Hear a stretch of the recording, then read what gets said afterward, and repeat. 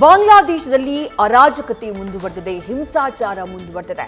ಬಾಂಗ್ಲಾದಿಂದ ಭಾರತಕ್ಕೆ ಬರೋಕೆ ಹಿಂದೂಗಳು ಮುಗಿಬಿದ್ದಿದ್ದಾರೆ. ಭಾರತ ಬಾಂಗ್ಲಾದ ಗಡಿಗೆ ಈಗಾಗಲೇ ಹಿಂದೂಗಳು ಆಗಮಿಸುತ್ತಿದ್ದಾರೆ ಎನ್ನುವಂತ ಮಾಹಿತಿ. ಬಾಂಗ್ಲಾದೇಶದಲ್ಲಿ ಹಿಂದೂಗಳ ಜೀವ ಆಸ್ತಿಗೆ ರಕ್ಷಣೆ ಇಲ್ಲ. ಹಿಂದೂಗಳನ್ನ ಹತ್ಯೆಗೈತಾ ಇದ್ದಾರೆ ಮೂಲಭೂತವಾದಿಗಳು. ಹೀಗಾಗಿ ಜೀವ ರಕ್ಷಣೆಗಾಗಿ ಭಾರತದತ್ತ ಹಿಂದೂಗಳ ಆಗಮನ ಆಗ್ತಾ ಇದೆ, ದೌಡಾಯಿಸಿಕೊಂಡು ಬರ್ತಿದ್ದಾರೆ. ಪಶ್ಚಿಮ ಬಂಗಾಳದ ಗಡಿಯಲ್ಲಿ ಹಿಂದೂಗಳು ಜಮಾಯಿಸಿದ್ದಾರೆ. ಹಾಗಾದ್ರೆ ಅವರ ಮುಂದಿನ ಕತೆ ಏನು ಅನ್ನುವಂಥ ಪ್ರಶ್ನೆ. ಬಾಂಗ್ಲಾದೇಶದಲ್ಲಿ ಸುಮಾರು 1,30,00,000 ಅಲ್ಪಸಂಖ್ಯಾತ ಹಿಂದೂಗಳಿದ್ದಾರೆ. ಈ ಅರಾಜಕತೆಯಲ್ಲಿ ಸೃಷ್ಟಿ ಆದಂತಹ ನಂತರದಲ್ಲಿ ಶೇಖ್ ಹಸೀನಾ ಅವರು ಅಲ್ಲಿ ರಿಸೈನ್ ಮಾಡಿ ಭಾರತಕ್ಕೆ ಬಂದು ತಾತ್ಕಾಲಿಕವನ್ನ ಆಶ್ರಯವನ್ನ ಪಡೆದಂತಹ ನಂತರದಲ್ಲಿ ಬಾಂಗ್ಲಾದೇಶದಲ್ಲಿ ಪರಿಸ್ಥಿತಿ ತೀರಾ ಹದಗೆಟ್ಟಿದೆ.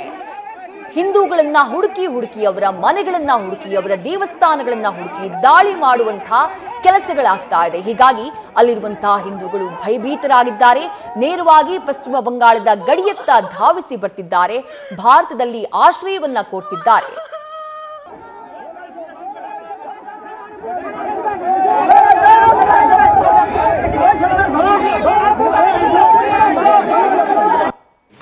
হরে কৃষ্ণ।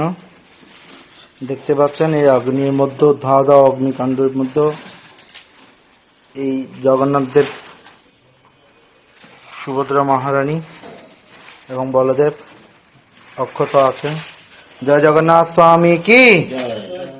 দুর্বৃত্তরাও তারা আগুন দিতে পারে, কিন্তু ভগবানকে তারা কখনো কিছু করতে পারে না, এটা তার প্রমাণ।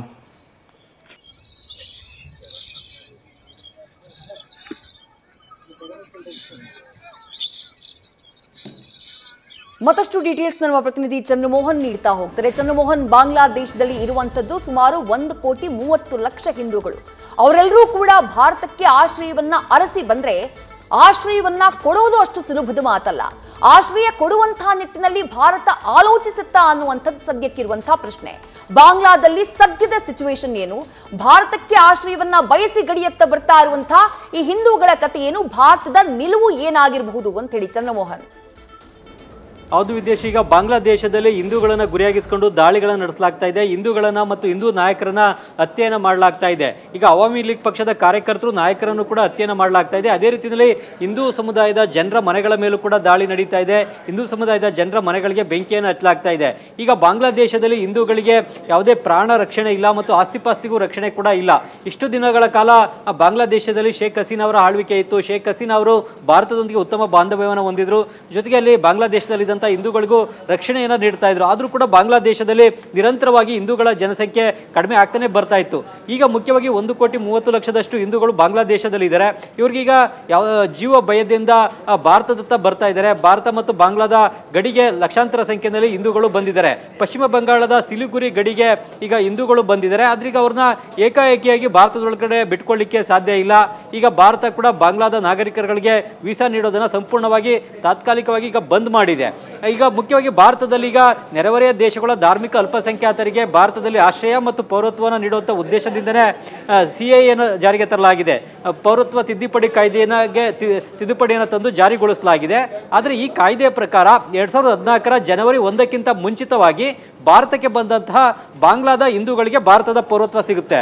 ಈಗ 2024ರಲ್ಲಿ ಭಾರತಕ್ಕೆ ಬರ್ತಕ್ಕಂಥ ಹಿಂದೂಗಳಿಗೆ ಪೌರತ್ವವನ್ನು ನೀಡೋದ್ರ ಬಗ್ಗೆ ಈ ಪೌರತ್ವ ತಿದ್ದುಪಡಿ ಕಾಯ್ದೆಯಲ್ಲಿ ಯಾವುದೇ ಉಲ್ಲೇಖ ಇಲ್ಲ.